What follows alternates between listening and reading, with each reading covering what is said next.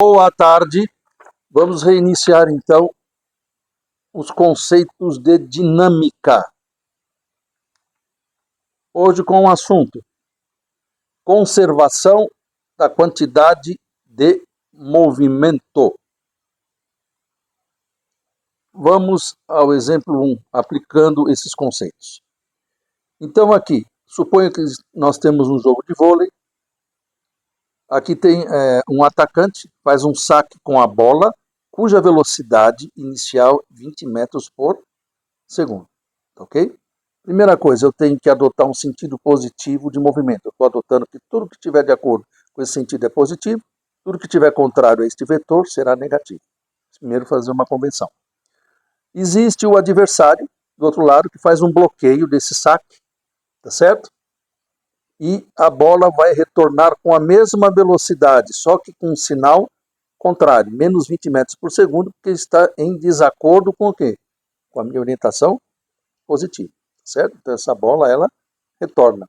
Então ela vai retornar através de uma força do bloqueio do adversário sobre a bola, tá certo? Então o que quer dizer esse FB? Uma força de bloqueio contrário ao meu sentido, né, positivo que eu adotei, tá certo? E contra, claro, o adversário que sacou a bola, tá ok? Portanto, a massa dessa bola vale 250 gramas, o tempo de impacto, quanto tempo demora o impacto? 0,1 segundo. Que impacto? Do punho do adversário sobre a bola. Tá certo? Portanto, ele quer saber quanto vale essa força de bloqueio do adversário, que eu abreviei por FB. Ok? Vamos usar o conceito de impulso e quantidade de movimento. Impulso é a variação de quantidade de movimento. Quantidade de movimento, o que é? Massa vezes velocidade. Tá? Então, o impulso é a quantidade de movimento final menos a quantidade de movimento inicial. Por sua vez, o impulso é o quê? Força vezes intervalo de tempo. O impulso, força do bloqueio vezes o intervalo de tempo de impacto. Tá certo? Que é igual a quantidade de movimento final menos a quantidade de movimento inicial. Então agora nós vamos substituir os valores. Tá certo? Matematicamente, se os senhores substituírem os valores, nós vamos chegar a essa expressão matemática, em que a força do bloqueio vale menos 100 newtons. O que quer dizer esse menos 100 newtons? Essa força é contrária ao sentido positivo que eu adotei. Tá certo? Agora, o módulo dessa força de bloqueio, a sua intensidade, vale 100 newtons. Ok? Então, o que é o impulso? É a variação de quantidade de movimento. Certo? O que é quantidade de movimento? É massa vezes velocidade. Só que o impulso também, por sua vez, é força vezes o intervalo de tempo. Tá ok?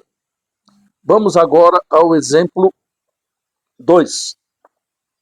Eu tenho um vagão que está a uma velocidade V1. Acima dele eu tenho, o que quer dizer CT? Uma correia transportadora, tá certo? Que num segundo momento ela vai lançar sobre o vagão um saco de areia. Portanto, esse vagão vai assumir uma velocidade V2, diferente de V1. Tá certo? Portanto, CT é a correia transportadora. A massa do vagão vale quanto? 90 kg. A massa do saco de areia vale 60 kg. Certo? A velocidade inicial do vagão vale 10 metros por segundo. Ele quer saber qual a velocidade V2 final do vagão contendo o saco de areia que foi lançado pela correia transportadora. Ok? Então, a quantidade de movimento final é igual à quantidade de movimento inicial. Que quantidade de movimento que eu tenho inicialmente? A massa do vagão vezes a velocidade inicial do vagão. A quantidade de movimento final, nós temos tanto o vagão como o saco de areia. Então nós temos duas quantidades de movimento. Massa do vagão vezes a sua velocidade V2, mais o quê? A massa do saco de areia vezes a velocidade do saco de areia. Tá certo? Substituindo os valores, eu tenho que a velocidade final do vagão vale 6 metros por segundo. Ok? Então, quantidade de movimento final é igual a quantidade de movimento o quê? Inicial.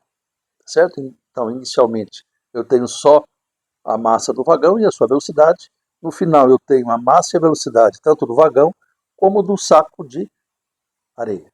Portanto, a velocidade final do vagão, contendo o saco de areia, vale 6 metros por segundo. Tá ok? Próxima aula nós vamos abordar esse assunto através dos gráficos. Obrigado pela atenção, até o próximo encontro.